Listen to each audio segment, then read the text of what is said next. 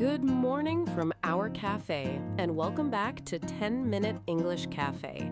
It is Wednesday, August 19th, 2026, and our first story turns frozen watermelon into a cold dessert. Happy Wednesday! A frozen watermelon dessert makes every iced drink on this cafe table look as if it needs a more exciting plan. The method begins with a prepared watermelon that stays in the freezer overnight before any liquid is added. Overnight is the hard part for me. I would open the freezer every hour, achieve nothing, and still feel involved. Your checking would not speed it up, but that wait brings us to today's keyword, ready, spelled R-E-A-D-Y. I like it. It feels calm and practical, like a small green light instead of a dramatic starting bell. In the dessert story, the fruit needs its overnight freeze before the scraping can begin. My patience might not be ready, but my spoon would be waiting by the freezer door. Our second story asks whether strong numbers are enough to make people feel ready to celebrate. That sounds like opening a good message and then noticing one difficult sentence at the bottom. Cisco reported large AI infrastructure orders and revenue guidance, while its shares fell amid concerns about margins. So the business table has coffee, good news, and one number making everybody sit up straighter. Finally, Rossi, a rescued sea turtle, has reached Houston Zoo for checks before a planned release. That kind of ready matters most. I want the checklist to be careful, even if my hopeful side wants to rush ahead. If you are new here, we turn real news into natural English conversation that you can follow over coffee. We keep the language useful and the table friendly, even when the numbers arrive before the second sip. If that helps your listening practice, please subscribe and spend the next 10 minutes with us. My coffee is ready, my curiosity is ready, and I promise to leave the freezer closed. Let's begin. Our first news item is a social media watermelon dessert method that starts with freezing a prepared watermelon overnight. That is wonderfully direct. My usual dessert plan has more cupboard doors, more bowls, and at least one moment of forgetting what I was doing. Your shorter kitchen route fits this one. After the overnight wait, you add milk, cream, or a dairy-free alternative and scrape the frozen fruit into the liquid. Then my first question changes from where is the ice cream to how fast can I find a spoon? Because fruit is the main base and the dairy is minimal, the result is technically closer to sherbet than to ice cream. I can accept that. If the bowl is cold, fruity, and waiting for me, I will not argue with its official category. And the action is unusually easy to picture. Pour the liquid in, then scrape the frozen fruit into it. The word scrape makes the process feel satisfyingly hands-on. No button gets all the fun this time. The spoon moves across the frozen fruit and brings small pieces into the liquid. That sounds like the rare kitchen task where a slightly messy motion is actually the entire point. Your messy motion enthusiasm is safe here, as long as we keep the sequence clear. Prepare, freeze overnight, add liquid, and scrape. The sequence is simple enough to remember, but the overnight wait would still test me more than the scraping. You could describe that wait naturally by saying, "The watermelon is not ready yet," without making the sentence complicated. I would need that sentence on the freezer door, preferably beside another note saying, opening this again will not help. That note understands you very well. Once the overnight freeze is complete, the method can move to the liquid and scraping step. I also like that the dairy-free alternative is part of the same basic path, not treated like a completely different dessert. Right. The permitted liquids differ, but the central idea stays the same. Frozen watermelon is scraped into the chosen liquid. So the fruit does the leading, the liquid supports it, and my only role is to wait without conducting hourly inspections. That fruit first balance is also why sherbet is the more accurate comparison here than conventional ice cream. Fair enough. I came for a cold watermelon treat, and I leave with better patience and a more accurate dessert word. Cisco said its FY2026 AI infrastructure orders reached $9.3 billion. $9.3 billion is the kind of number that makes me reach for the good news folder first. I understand that first reaction, yet Cisco shares fell about 9% amid margin concerns, despite strong results. My brain wants one clean label, but this story hands me two folders. Demand looks strong, and do not ignore the margins.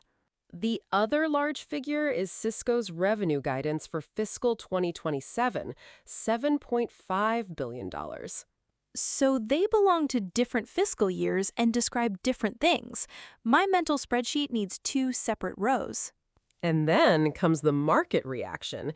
Even with strong results, the share price fell about 9% amid margin concerns. 9% is not a quiet little footnote. It is the number in the room that pulls every chair toward it. Your chair image captures the attention shift. Still, the strong demand remains part of what Wall Street is weighing. That is the difficult part. I cannot throw away the good folder just because the red number is louder. Nor can we ignore lower profitability just because the orders sound impressive. Both sides belong in the same conversation. This is like reading a work update with great momentum at the top and watch the budget near the bottom. That everyday comparison fits the mixed reaction, as long as we keep Cisco's actual picture to demand and profitability. Then my honest response is, those orders are huge, but I'm not ready to call the whole picture easy. That's careful language. You're recognizing the $9.3 billion without pretending the roughly 9% fall disappeared. I also notice how one word changes the mood. Despite lets strong results and a share drop sit in one sentence. Yes, and here the contrast is factual. Strong results were present, while margin concerns and the share decline were present too. My cafe version would be a beautiful cake with a bill beside it.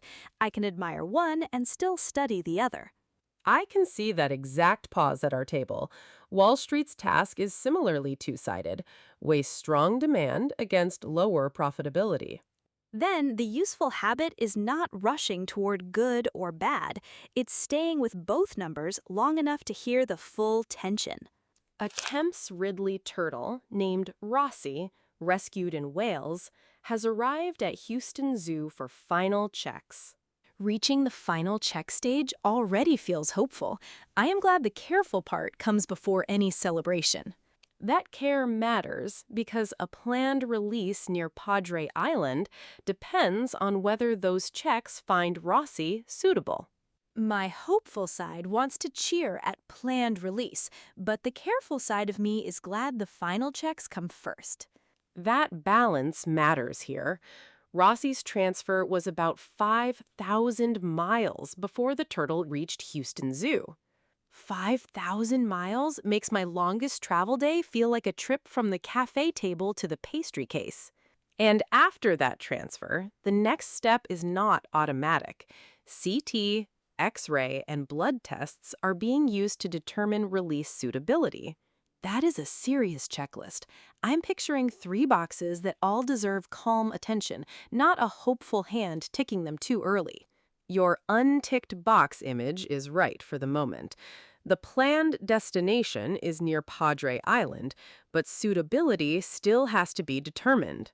I like the word planned there. It holds the hope without pretending the release has already happened. That is a good way to frame it. Arrival is complete, while the planned release remains ahead. The story has movement, but it also has a pause. I find that pause reassuring, even though I want the happy next step. Your reassurance comes from the process being careful. The tests are there specifically to determine release suitability. Then I'll keep my imaginary celebration small for now. One quiet coffee cup salute, no giant party banner. A quiet salute suits the facts. We can recognize the 5,000-mile transfer without turning a planned release into a completed one. And we can say Rossi is nearly at the next step, while leaving room for the checks to answer the important question. Yes, the careful phrasing is that the release is planned, subject to what the tests determine. That makes the ending hopeful but not rushed, which is harder than simply jumping to the nicest possible sentence. It is also why today's keyword fits so well. Ready is not always a feeling. Sometimes it's a condition that must be checked. I'll remember that. My coffee can be ready by smell, but a 5,000-mile traveler deserves a much better checklist. Before we leave the cafe, which story gave the word ready the clearest meaning for you today? Rossi's story did. It showed me that hope can be present while a careful decision is still unfinished. In our first story, a prepared watermelon had to freeze overnight before liquid was added and the scraping began. That was readiness measured by patience, although my spoon tried very hard to vote for an early start. Now it is your turn. Which story made ready feel most useful to you today and why? Option A is the frozen watermelon dessert and its overnight wait. Option B is Cisco's strong AI numbers and the mixed market reaction. Option C is Rossi's final checks before the planned release. Tell us in the comments. Any language is welcome, and an A, B, or C with an emoji is fine too. I choose C because being hopeful and being ready are not always the same thing. Take today's word with you. Ready means the next step can begin, whether preparation, judgment, or careful checks get you there. Please like and subscribe if this conversation helped your English. Have a good Wednesday. May your coffee be ready now, your dessert be ready later, and your decisions get the time they need.